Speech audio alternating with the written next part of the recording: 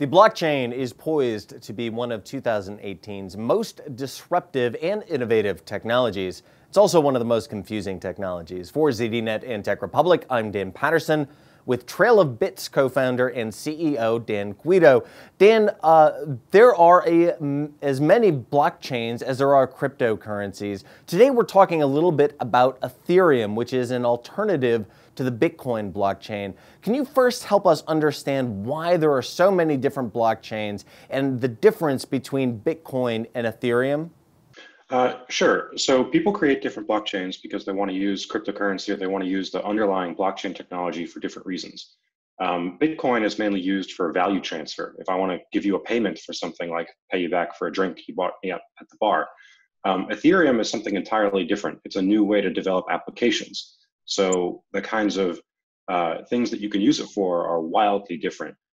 It attracts a different user community. It attracts different kinds of investors. It attracts enterprises to use it for all kinds of different reasons. So there's a wide variety of these different blockchains. Some are made for anonymous digital currency. Others are made for prediction markets. And others are simply made to pay your friends.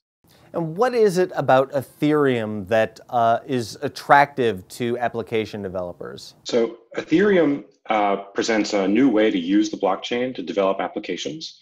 So you can program it the same way that you'd write a program in Python or C or Java, but you can take advantage of this global shared computer that the Ethereum blockchain gives you access to, which removes trust from a lot of the equation and reduces your reliance upon a central trusted third party. So when you develop or write code for the Ethereum blockchain, this must work in a very similar way to the Bitcoin blockchain, where it functions as an open ledger, meaning all parties have access to the data and the input-output in terms of the notation.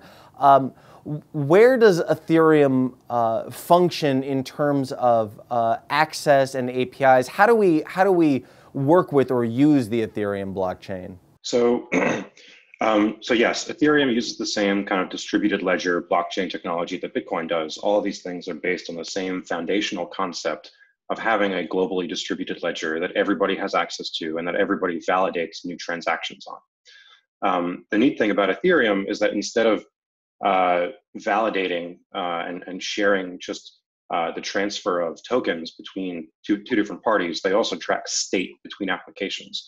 So like if this were a browser, like what web page you are on and what form items that you filled out and the contents of an email that you were drafting in Gmail.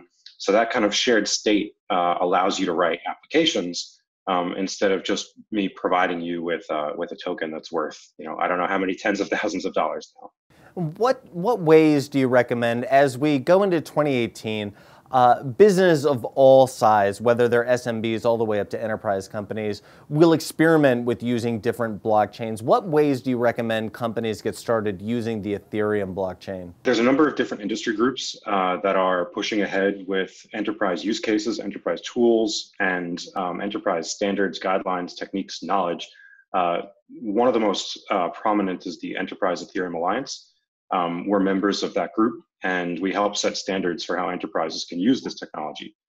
We found a lot of people interested in doing very, basic applications first, tracking a distributed supply chain, for instance, or doing transaction settlement between different parties. Lots of financial applications, but interest is definitely growing, and there are many small groups within Fortune 500, Fortune 5,000 companies experimenting with this technology now. So I think 2018 is going to be a really interesting year for how these technologies get used in practice. I definitely think that within the next year or two, there will be an application that most humans on Earth will have interacted with that uses the blockchain behind it.